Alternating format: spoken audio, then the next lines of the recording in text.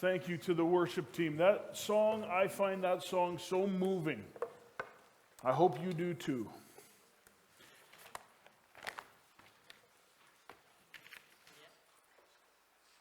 Let's pray together. Lord God, we come to worship you. We come to learn about you. We come, Lord, and we lift up our hands to you and we say, Lord, change us. Make us like you. Reveal yourself to us, Lord God.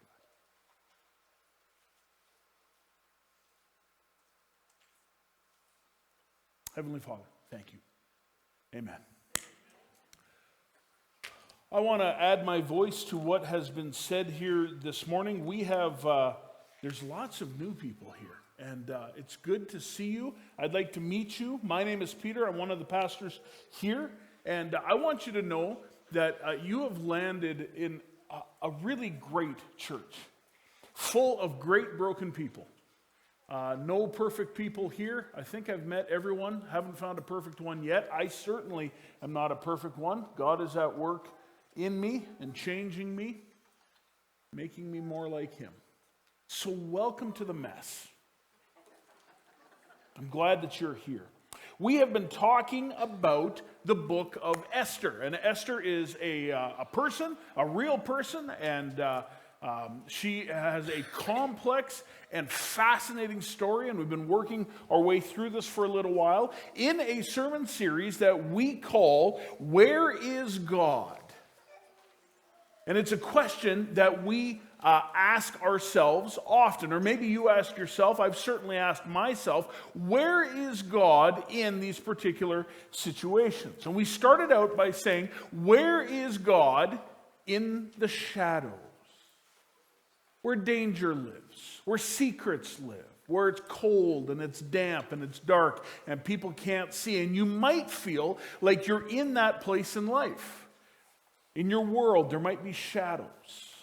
Where is God in the shadows? Where is God in the face of uncertainty? And that was a sermon that Joel preached at the beginning of the book of Esther. When things are uncertain, when you genuinely don't know what's going to happen, you can't even guess. And that uncertainty, and it brings you to the place where you say, where is God in this? I can't see him. I can't see the effects of him. I can't see his fingerprints. Where is God in the face of danger? Danger can look a lot of different ways. It can look like a medical diagnosis. It can look like a financial diagnosis. For some of you, you were born into danger and have lived every day in the face of danger. And the question is, where is God? Is he even engaged? Does he even know that I'm here? Where is God in the face of danger? And today, we are going to talk about where is God in the face of evil. As we look around our world, there is evil. We hear about evil. We see evil. We suspect evil.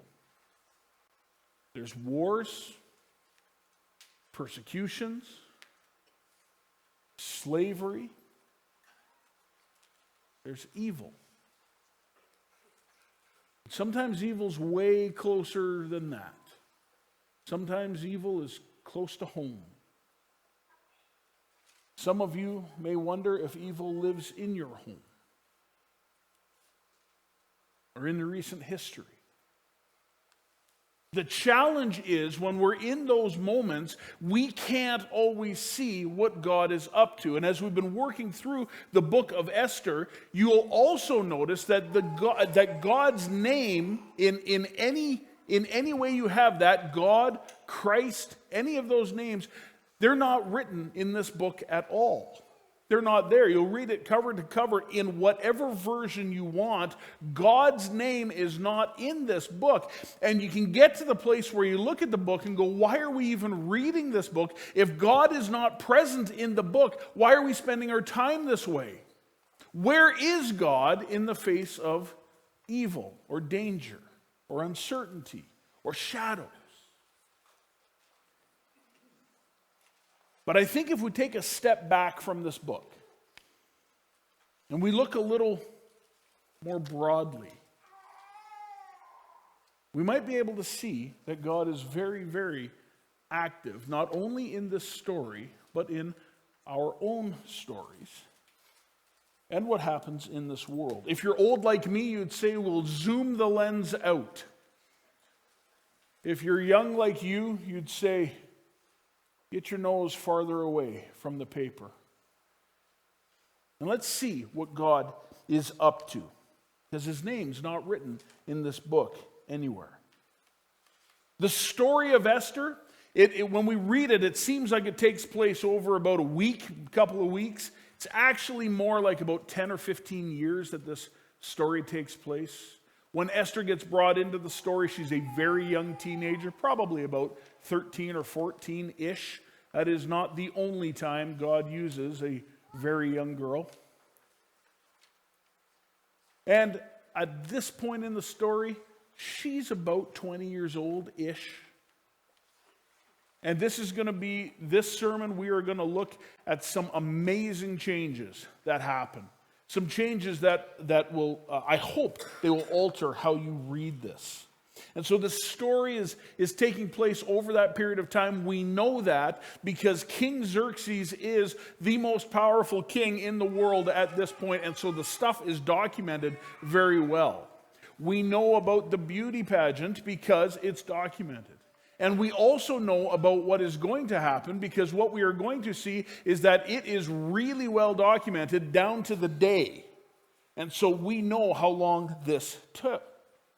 In this story, there are some names that are hopefully familiar to you by now. If you haven't listened to all of these sermons, I really encourage you to go back and listen to them. They're all available online. For those of you watching at home, hit pause right now and go back and start listening, because I think that we can build this story into something that'll change your life.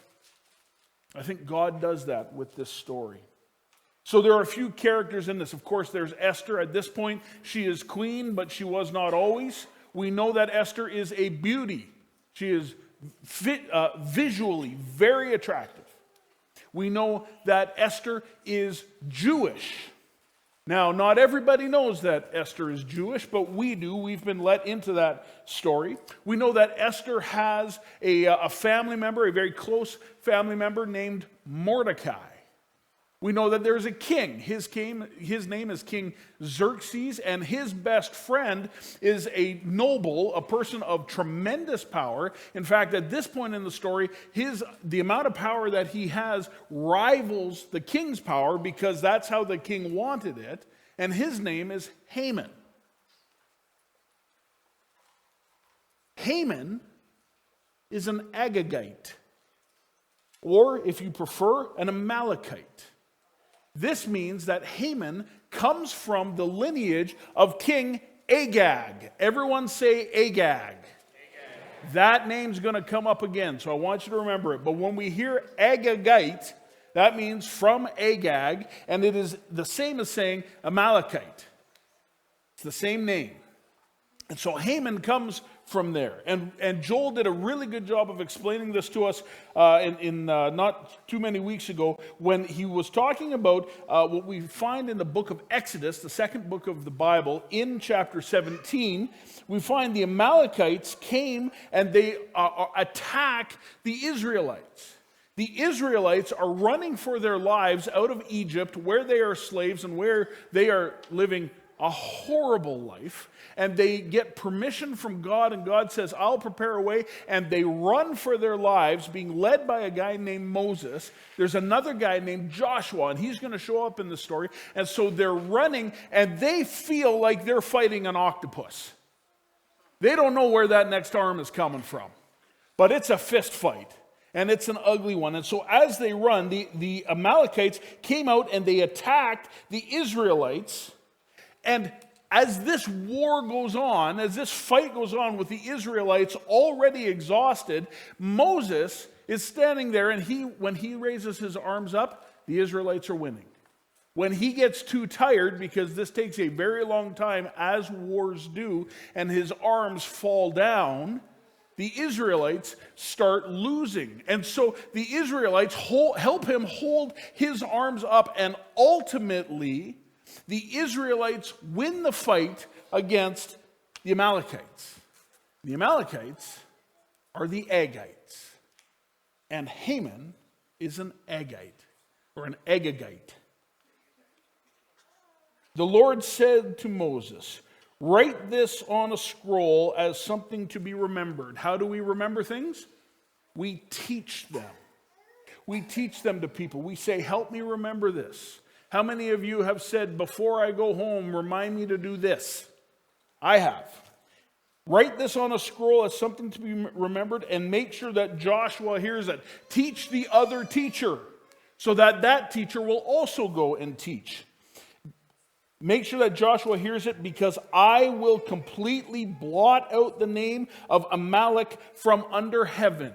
This is what God is saying. I will kill off the Amalekites. I will blot their names off. I will erase them so that they don't exist. I will end this war against the Israelites and the Amalekites. That's the beginning of the story. If you follow that story far enough through, you find Esther, generations later. In 1 Samuel chapter 15, this is what the Lord Almighty says: "I will punish Amalekites for what they did to Israel when they waylaid them as they came up from Egypt." This is taught to the Jews. This is taught to the Israelites. This is taught as cleanly as we teach the story of Mary and Joseph, or Santa Claus, or the Easter Bunny, or we teach these things.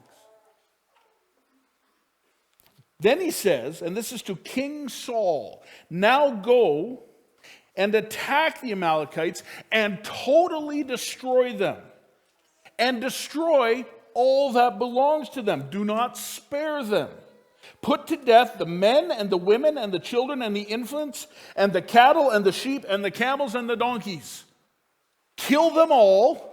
Kill everything, wipe them out, take their stuff and smash it, so that the Amalekites do not exist any longer. Erase them from time."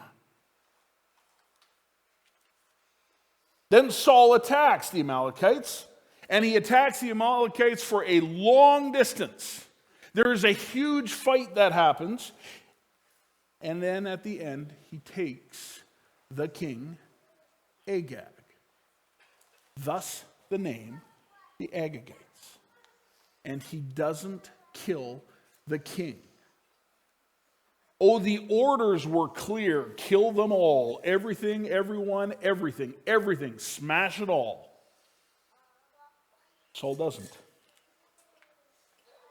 And he takes the king, and he takes the best of the stuff, and he takes that for himself. And Agag continues to live. And out of Agag and that rest of time come the Agagites.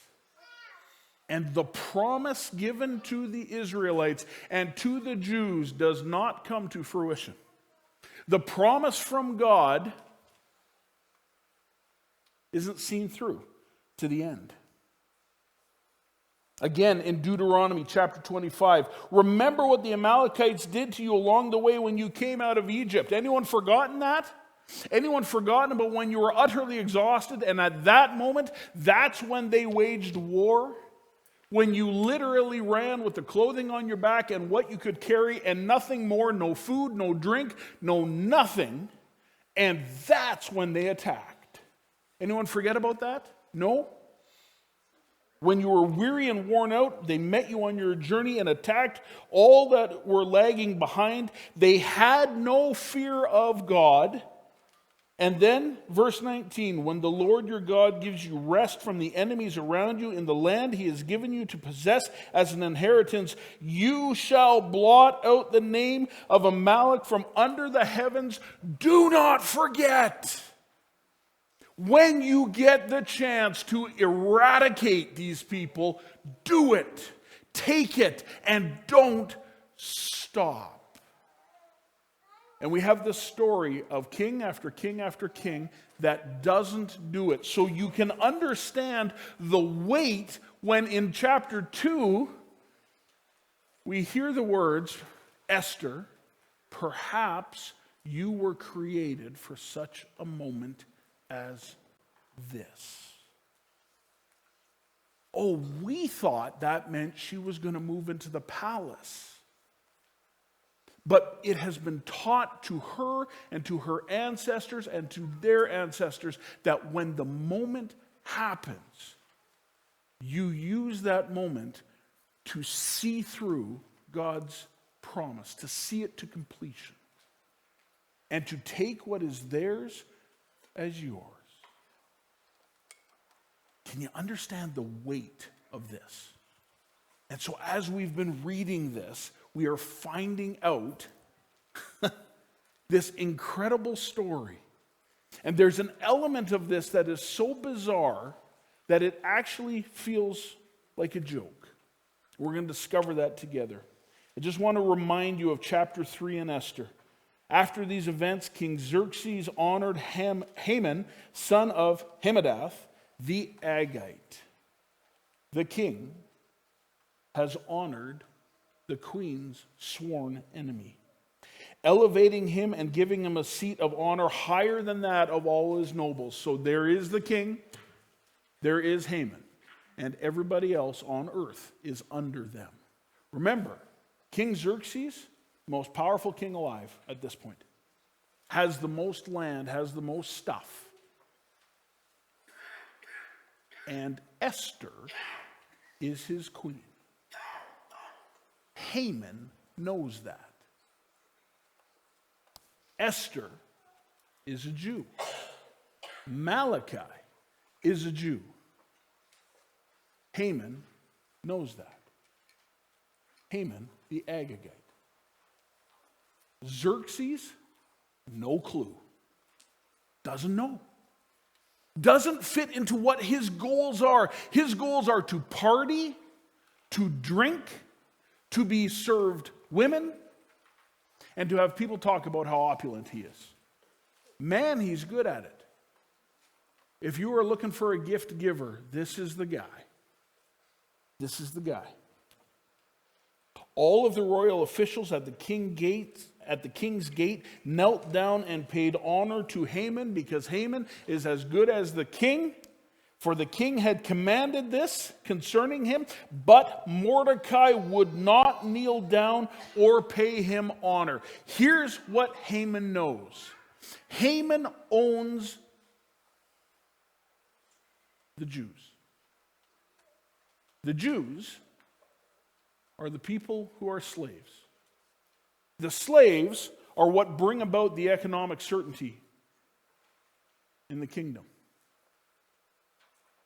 And the Jews look at the Agagites and say, you might kill me, but at the end of the day, my God is going to kill you.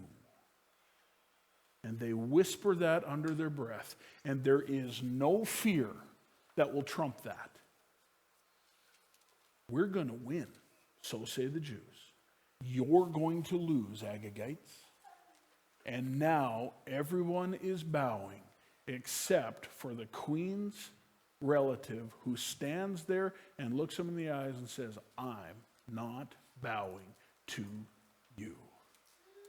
And Haman knows the threat. And Mordecai knows the threat. And Esther knows the threat. And King Xerxes hasn't any idea.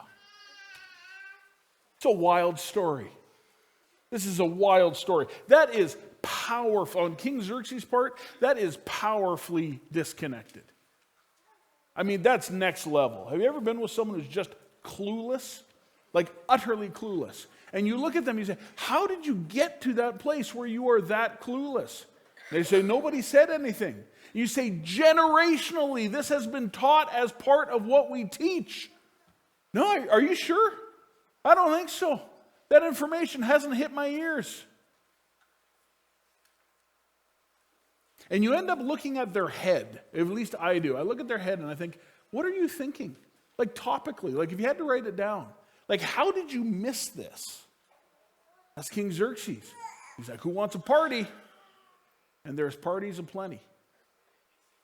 And we're going to pick up this story at a party put on by Queen Esther. Now, Queen Esther is very, very wise. And she has been playing to the king's shadow missions. She keeps inviting him to the party. The party keeps being in his honor, and it keeps being a good party. There is wine as fast as grapes will ferment. There is wine, and it just never seems to stop. And the king thinks this is a big, happy kingdom. When in fact, just barely in the shadows, there is a fight he has no idea about. So the king and Haman went to the Queen Esther's banquet. On this second occasion, while they were drinking wine, the king again said to Esther, "Tell me what you want, Queen Esther. What is your request? I will give it to you, even if it's half the kingdom." If he gives Queen Esther half the kingdom, she becomes equal to the king in what is owned. This is the second time he has offered this. As this gets offered, if this gets accepted, the king knows there is going to be a great party. So the request, the offer to her is very real. You want it? You want half of everything? Say the word, "I am that opulent of a king, I will give it to you." Haman knows that.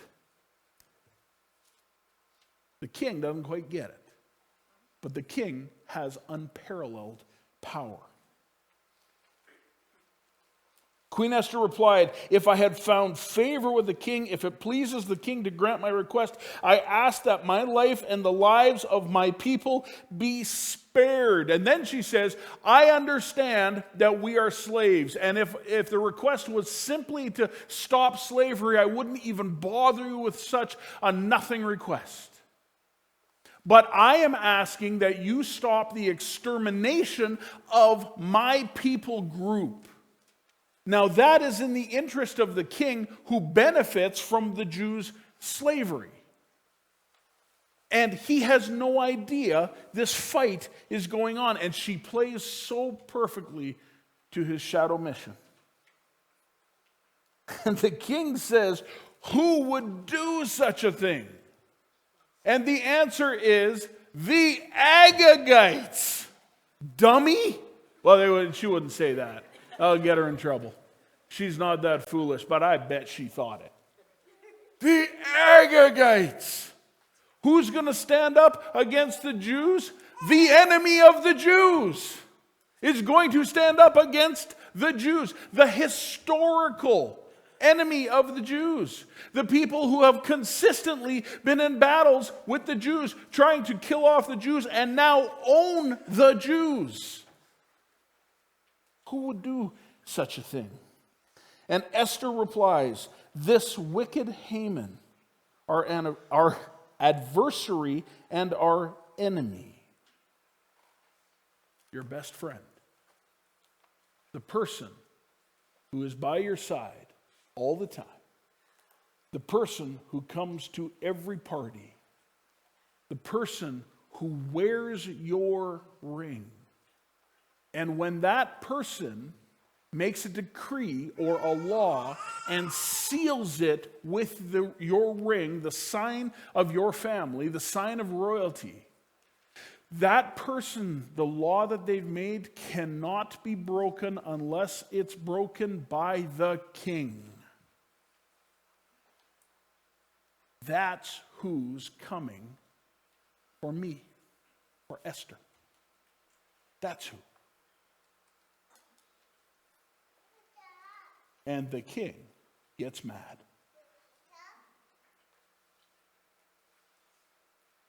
Haman grew pale with fright before the king and queen, and the king jumped to his feet in rage and went outside.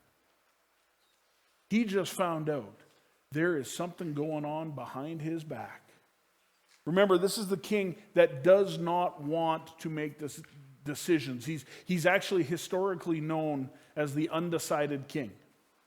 He is decidedly the king, but the decisions, he just wishes those will be made by someone else. Imagine how frustrating it is, and for some of you, don't elbow the person beside you. This is going to end bad, but can you imagine being with someone who can never choose where to eat? Listen, don't snicker out loud. That's going to cause you problems too. Where do you want to eat? Oh, wherever you want to eat. Here's my hack for you.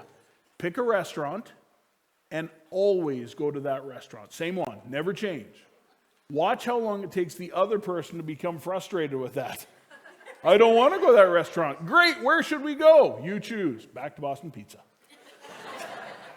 It's my suggestion. Let me know how it works. Like, I wouldn't do it, but you should.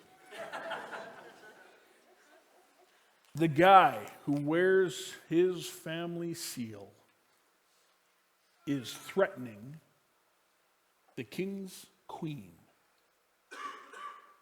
threatening her life, threatening the life of her people, and he's got the ability to pull it off. In fact, it's happening in real time.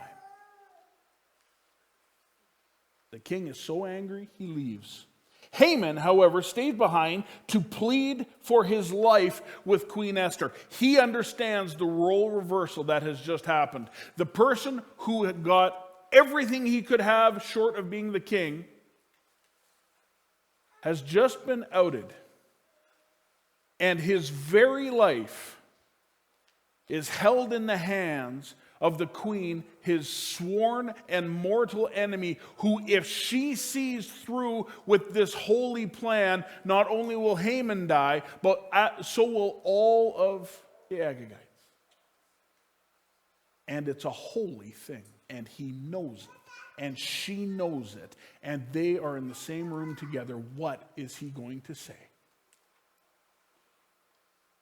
In despair, he fell on his couch where Queen Esther was reclining, just as the king was returning from the palace garden. The king exclaimed, "Will he even assault my queen right here in the palace before my very eyes?" This is a case of that's not what Haman is doing. That's not what's happening.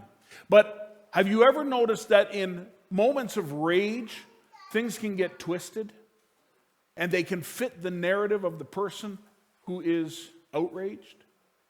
And suddenly words that you said that did not mean that rage-filled person says, "You said this." "Yes, I did, but you've twisted my words." And Haman is begging for his life. And the king comes in and sees him and says, "Are you assaulting the queen even in front of my eyes?" To which the answer is a profound no, but we needn't let logic affect this story. And they cover, at that very moment, they cover Haman's eyes. The idea being, Haman, you have seen your last. It's over now. Your life, everything you know, every hope, every dream, every thought, everything, it's over. And they take Haman to Haman's land, and they find the pole that Haman had set up to kill Mordecai. And they impale Haman on his own pole. Whew. Perhaps you were made for such a time as this. On that same day, after the rage subsides, after the alcohol goes away, King Xerxes gave the property of Haman, the enemy of the Jews, to Queen Esther. You need to understand this. The property of Haman was the Jews. Their lives were put back in the hands of a Jew who is the queen, who understands the holy coal. Do you remember when we said God isn't referenced in this book? Are we sure? Are we sure? Man, I think God is. And the question that we ask in our lives so often, God, where are you in the face of danger? In the face of uncertainty? And if we can just back up from that for a second and say, where is God? God is the designer. God is the sustainer. God is the maker. And God is the coming king. And when you're sick, God is the physician. And when you're scared, God is the hug. And when you don't know what to do, God is the GPS. And God is in control.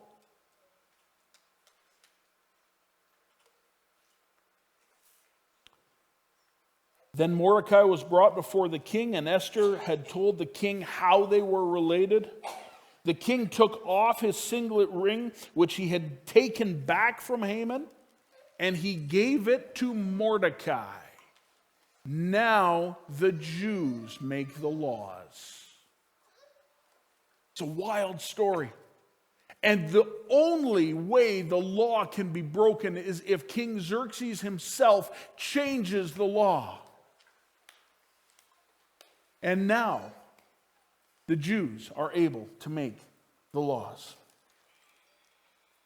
Esther went again before the king, falling down at his feet, and begged him with tears to stop the evil plot devised by Haman the Agagite against the Jews. Again, the king held out the gold scepter to Esther, and she rose and stood before him. If he holds out the gold scepter, he is receptive to the request.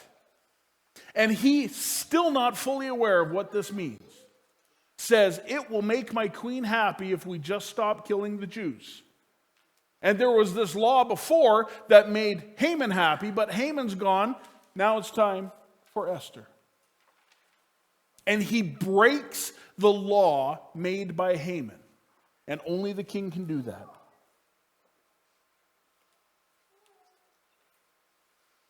Esther said, if it pleases the king, and if I have found favor with him, and if he thinks it is right, and if I am pleasing to him, let there be a decree that reverses the orders of Haman, son of Hammedatha the Agagite, who ordered the Jews throughout all the king's province to be destroyed.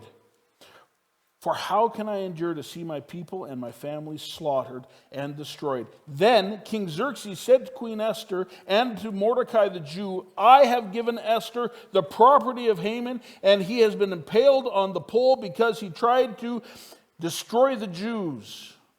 Now go ahead and send a message to the Jews in the king's name, telling them whatever you want, and seal it with my crest. The king is nothing if not consistent. Say whatever you want, tell him I said it. The king is thinking, this is going to make her happy. We're going to have a party. And his shadow mission is his shadow mission, is his shadow mission, is his mission. It comes out of the shadows. It is not to rule. He will gladly let someone else do that, so long as there's a party. This guy would be great to hang out with. I'm telling you, you'd never make it by Milky Way, not once ever. You pull in every single time. But not to rule. And I want to talk for just a minute about something here. And I want to say this very gently. This is not a political commentary. Do not twist my words to make it sound like that. It's not that. But when we talk about God putting leaders in place, God's playing the long game. And sometimes we look at leaders and we say, sometimes we look at church leaders and we say, this person is going a direction I am not going. And I will not go, and I will not. I will not. And yet we are confronted with these scriptures that say, pray for our leaders, for God has chosen them. The question is really, how close to the page is your nose? We're in a time upcoming here where we're going to be talking about and electing elders. For some of you, your toes just curled. Pray for your leadership. Eldership is commanded. We're going to obey God. Doesn't matter the state of your toes. Pray for your leadership. Pray for your leadership in your family, in your church, in your city, in your province, country, globally. Pray for your leaders. They're not my leaders. All right, pray for them anyway. Pray for them anyway. I also want to make a very clear distinction. It's subtle, but listen close and you'll hear it. There is a difference between praying for your leaders and praying against your leaders. The Bible is clear. Pray for your leaders. Everyone hold up 4 fingers.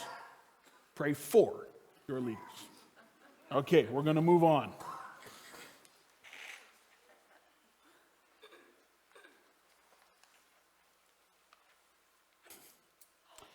So on June 25th, the king's secretaries were summoned and a decree was written exactly as Mordecai dictated. It was sent to the Jews and the highest officials, and it went out, they would say globally, and here's what it said. Number 1, stop killing the Jews. Number 2, the Jews are now allowed to form armies, and if you forget to stop killing the Jews, they are allowed to kill you. By the way, if you're an Agagite, you're in trouble. It's holy. They're coming for you, for your entire family, all of them, and everything you own, and you will not stop them. And the Agagites are wiped off the planet. And their possessions are destroyed. And their animals are killed. And their land becomes owned by Queen Esther, given half the kingdom, which makes her the most powerful woman to ever have lived at this point. Can you imagine what the story, if you had told her when she was just a pretty girl over there, and she gets snatched up and gets brought to the palace, terrified as anyone would be.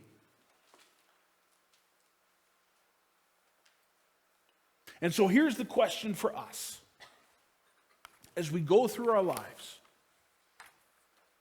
in our day-to-day, in our families, where is God? Can you see Him?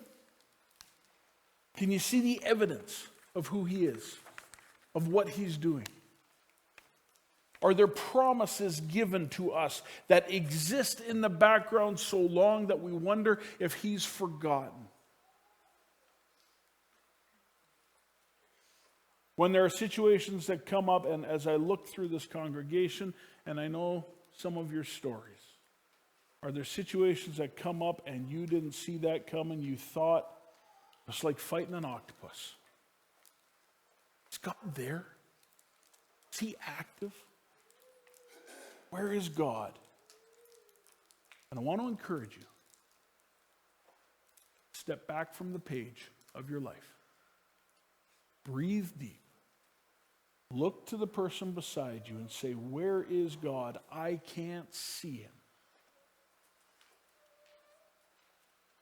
And then listen to one of the most amazing stories you will ever hear in your life. I want to invite Chris and the worship team to come back to the front. We're going to sing together, and then I've got an announcement that I'm very excited to give you. Be careful when you begin to imagine what God might be calling you to, especially when you run up against impossibility. How does a 13-year-old girl ever fulfill God's promise? I mean, ultimately, she doesn't. God does. So be careful. When you pray and when you ask and when you listen, and you begin to feel that familiar response of, that might be nice, God, but it's also impossible. Just be careful. You've been wrong before. God hasn't been. King after king after king after king couldn't pull it off. Don't worry. Gorgeous little Esther, equipped by God for such a time as this, says, okay, God, I will obey. That should give you shivers. Have a seat. Lord God, you are the way maker. You are the promise keeper. You are the miracle worker.